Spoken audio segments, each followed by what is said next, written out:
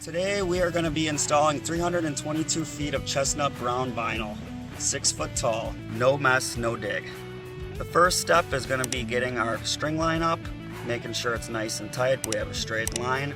Then we lay out our posts while our guy who is pounding starts pounding the posts. He likes to throw the donuts on and then he'll pound those posts so that they're about 48 inches sticking out. We like to go below the frost line. The average frost line here is 48 inches, so we go anywhere from 48 inches to 60 inches. So I don't know if you guys realize this, but the profile of vinyl really does matter. If you go to Home Depot or Menards, you're getting something that's like that thick, and even on some of the other contractors around here that are selling you vinyl are selling you a thin wall vinyl. This is thick wall vinyl. Look at how thick that is, you know.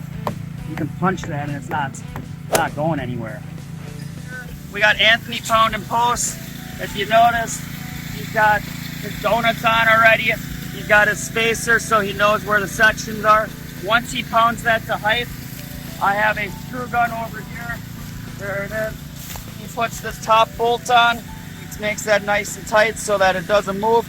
We keep that bottom one loose so we can rotate it a little bit. From there, we sleeve our posts on.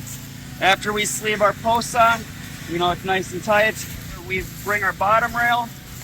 I like to hold my bottom rail up to the post. I mark it halfway, or mark it about 1 inch in.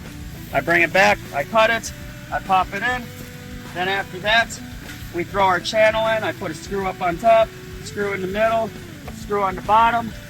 After we do that, we're throwing in pickets. These pickets are tongue and groove and they interlock, so we got to slide them in. We get all full pickets in, and then at the end, I take my measurement at the bottom because my bottom will always be the measurement that I want.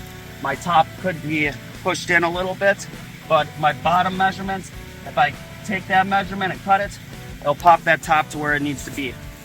Then once I got all the pickets in, I put my top rail in. If it's a cutter section, I would put screws in the top so that it can't pop out. But because this was a full section, I got tabs in here. If I try to pull it out, it's not going out. Then we'll pound it to height and we'll put our caps on. That's our chestnut vinyl. I walked you through how to install the chestnut vinyl today. This is the chestnut vinyl. This is the color of it. We do offer other colors. Our main colors are white and almond. If you want to get it installed by us, you can reach out to us at a2qualityfencing.com, or if you are a DIYer, you can reach out to our sister website, A2 Fence Supplies, and get your materials ordered there. Thank you for enjoying your day with me.